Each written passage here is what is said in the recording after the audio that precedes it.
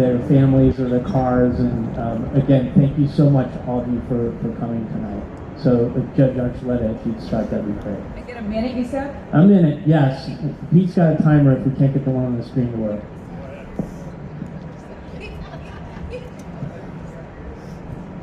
Is it time to go? All right. Everybody here tonight agrees that he needs to go. The question for you is who is going to replace him? And I urge you, ladies and gentlemen, to vote for Judge Deborah Archuleta for District Attorney, and I will tell you why. There's many fine colleagues in the district attorneys up here tonight from the office. They can't beat the boss. We've had outsiders who didn't show up tonight from the U.S. Attorney's Office that can't beat the boss. They've never been in the office in a day. I work for every district attorney from Ira Reiner to Jackie Lacey. I have friends in the office that are clamoring for me to come back. And frankly, we need a change and a fresh perspective, because when you put on the black robe, you have an overarching view of the criminal justice system, and that's what we need moving forward. Thank you. There are 5 days left until this election is over. I consider this the most important election that is facing all of you. It is the most important. I am here fighting for all of you. I'm also fighting for my 2 children who are here in this audience. I'm fighting for my wife, who's the mother of my children and who is a police officer in the sheriff's department. And I was the first one to step forward before anybody was running for district attorney. And I will fight for you as district attorney from day one, and making sure that all of you in this community are safe. Thank you. Thank you. Now, if you want to get rid of George Gascon, you should vote for me, because I am the only person that can beat him here. This is a very progressive county. If he goes against anyone else who are all saying they're more punitive, more into mass incarceration than Gascon, than him, all of them are, they're going to split the vote anyway, but I'm the only one that can beat him. So I would vote for me. If you don't think I'm the greatest against all these people, if you want to get rid of Gascon, I'm the guy. Sometimes it takes a defense attorney to really make things happen. Just like it took Nixon to go to China. I understand the criminal mind more than anybody. I deal with thousands of people. I know what's going on. I know how to prevent crime, which should be the main goal. And so if you really want to reduce crime, want to treat people equally, you want true justice, vote for me. Thank you. You guys have a historic amount of choices this year when you vote.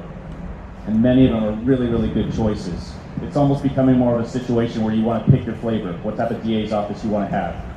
And if you go through each one, why each candidate has such a good potential. Particularly Mr. McKinney, he's elite. If you look him up, you understand who he is in the office. He's a great candidate. But this is different times, and different times call for a different candidate. And that's why I'm asking that the public vote for Bobcat, because we need to make a bold choice, a reset, to show criminals that, look, we're not taking this anymore. As a 4th generation Angelino, I love this place. I love this county and every neighborhood that makes it up, and I love the people that make LA what LA is. So if you want a DA that has heart and somebody that's committed to bringing the office back to the position of #1 nationwide, that's me. And I want to get this place ready for the Olympics by 2028 so that we can show the whole world that we're a beautiful city, and we don't want those French tourists stuck here because their cars got stolen. Thank you. All right, good evening. In 2020, deputy DAs took to social media warning their family and friends against voting for this guy who was coming down from San Francisco, because they were already on notice about what he did to San Francisco. And those deputy DAs said, please support the incumbent, then DA Jackie Lacey. Well, most recently, those same deputy DAs voted, and 355 voted. And the question was, who among the 12 people running for DA would they like to see be the next leader of the DA's office? And nearly 65% of them voted for me. The reason they voted for me is because they've worked with me for the last 25 years. They've seen me at my best. They've seen me move heaven and hell for victims. I suggest that if you're still undecided, you listen to them. I had a heart-to-heart talk with my campaign manager. And he said, you know, Craig, Gascon probably is going to make it into the general election simply because he's the incumbent. And there is a candidate who has had more money than all of us combined. You've seen his commercials on TV over and over again. And of course, what strikes me when I watch those commercials, he talks about being a former federal prosecutor. He talks about being the president of the Ethics Commission. What doesn't he tell you? He doesn't tell you that for the last 10 years, he has been a criminal defense lawyer. And is that who we want to lead the district attorney's office? I argue it is not. Voters, please take the time to choose between the people who are here tonight and reject those who are not.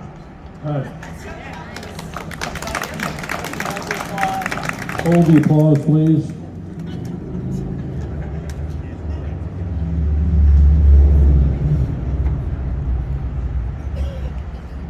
Ladies and gentlemen, this is the most consequential of all district attorney races in recent history.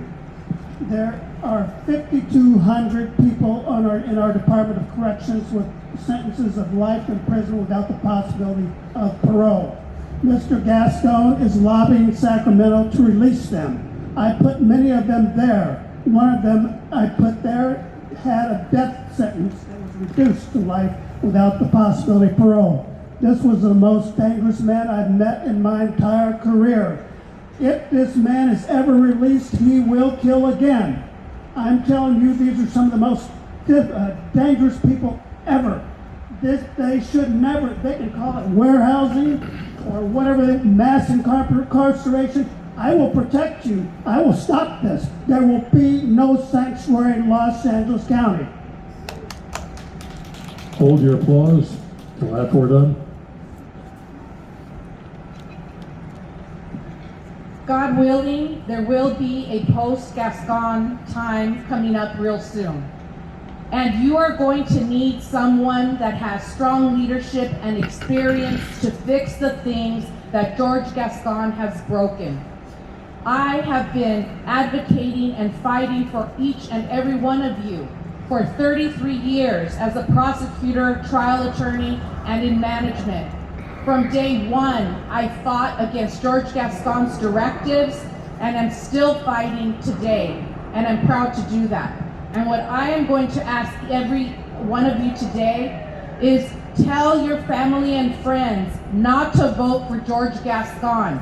Vote for one of us. You have a great opportunity to vote somebody that has the heart and passion of Los Angeles, the heart and passion of the DA's office, and the heart and passion to protect you, the victims of crime. Please do so. This election is about the future. It is not about rolling back the clock. It is not about using practices that do not work. It is not about staying in place with the current district attorney or anyone who resembles the current district attorney. That is why one of the things I've done is present a plan to actually modernize the DA's office, to actually focus on who are the drivers of violent crime, a plan to deal with our mental health crisis that we have in Los Angeles, and a real substantial plan to deal with homelessness.